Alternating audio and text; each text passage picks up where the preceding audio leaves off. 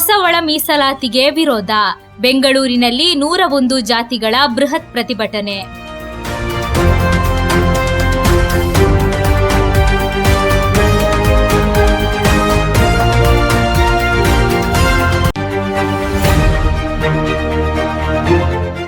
ಕರ್ನಾಟಕ ರಾಜ್ಯ ಒಳ ಮೀಸಲಾತಿ ರಿಜಿಸ್ಟರ್ಡ್ ವತಿಯಿಂದ ಒಳ ಮೀಸಲಾತಿ ರೋಸ್ಟರ್ಗೆ ವಿರೋಧ ವ್ಯಕ್ತಪಡಿಸಿ ನಿನ್ನೆ ಬೆಂಗಳೂರಿನ ಫ್ರೀಡಂ ಪಾರ್ಕ್ನಲ್ಲಿ ಬೃಹತ್ ಪ್ರತಿಭಟನಾ ಸಮಾವೇಶ ನಡೆಯಿತು.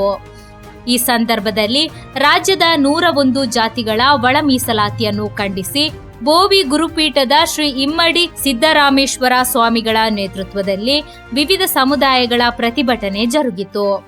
ಹಳೆಯ ಮೀಸಲಾತಿಯನ್ನೇ ನಮಗೆ ಮುಂದುವರಿಸಿ, ಹೊಸ ಮೀಸಲಾತಿಯನ್ನು ನಾವು ಸ್ವೀಕರಿಸುವುದಿಲ್ಲ ಎಂದು ಪ್ರತಿಭಟನಾಕಾರರು ಸರ್ಕಾರಕ್ಕೆ ಎಚ್ಚರಿಕೆ ನೀಡಿದರು. ಇದೇ ವೇಳೆ ಬೆಂಗಳೂರು ರೈಲ್ವೆ ನಿಲ್ದಾಣದಿಂದ ಫ್ರೀಡಂ ಪಾರ್ಕ್ವರೆಗೆ ಪ್ರತಿಭಟನಾಕಾರರು ರಸ್ತೆ ಮೇಲೆ ಮಲಗಿ ಆಕ್ರೋಶ ವ್ಯಕ್ತಪಡಿಸಿದರು.